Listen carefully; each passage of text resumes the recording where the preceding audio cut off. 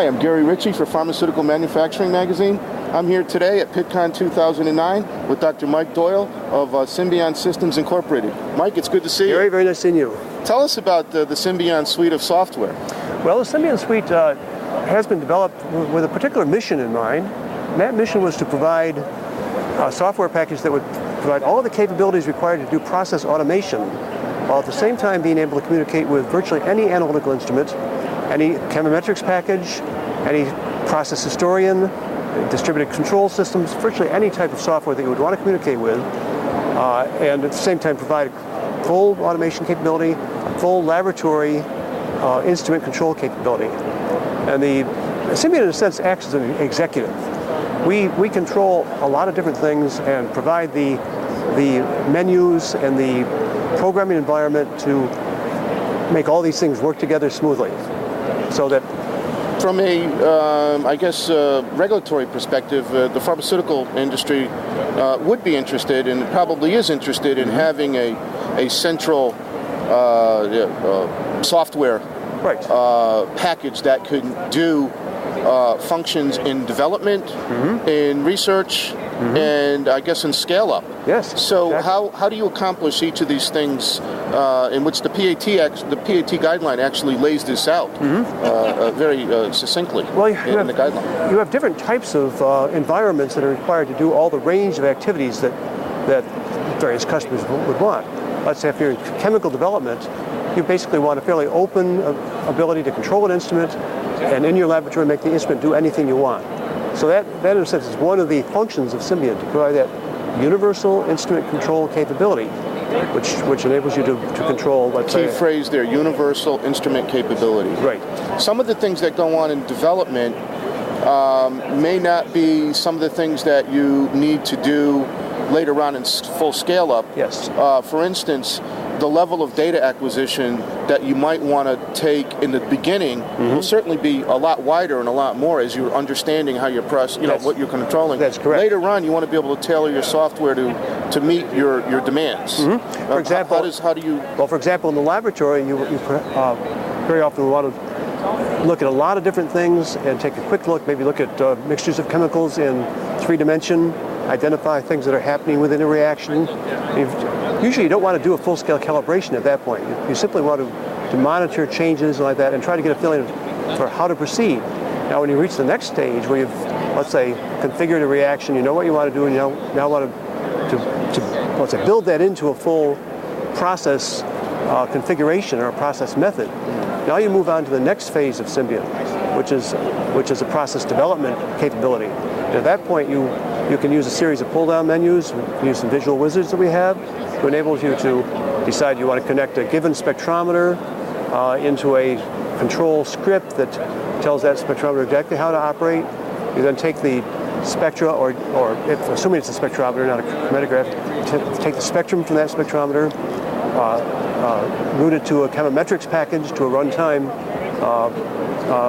module of chemometrics packages. And that could be any of the popular chemometrics package. Pirouette, PLS Toolbox, Unscrambler, any of those.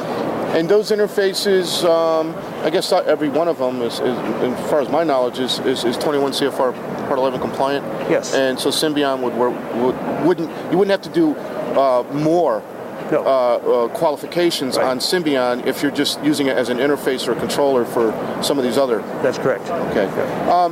What are some of the applications and projects that you actually have this deployed at? And can you talk about any of those? Well, some we can and some we can't. It's deployed in pharmaceuticals, in the paper industry, in petrochemicals, in analyzing wastewater in large chemical plants. And that's perhaps a typical type of application.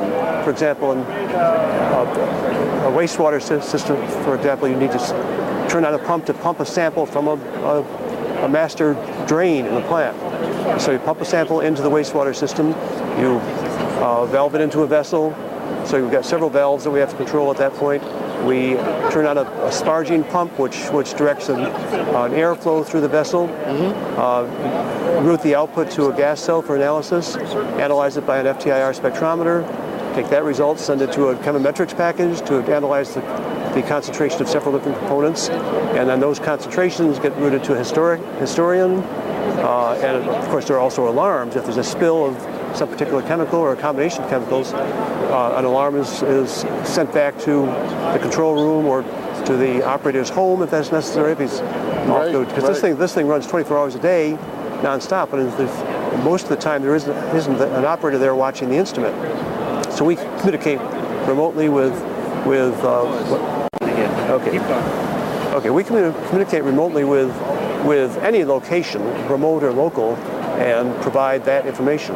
In the case of the water analyzer, for example, the information is, every spectrum is stored, every concentration point is stored, all the operating conditions are stored, and then at the end of a particular period of time, whether it's 1 month or whatever, the software is set up to save a certain sample rate of that data.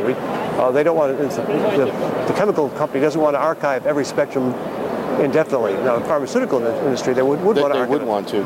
Mike, let me ask you, we referred to Symbion in the introduction as a suite of software. There's different levels of applicability, and I guess that may, from a business perspective, maybe have some impact on the pricing scheme and, yes, and how much of this. So it's a modular?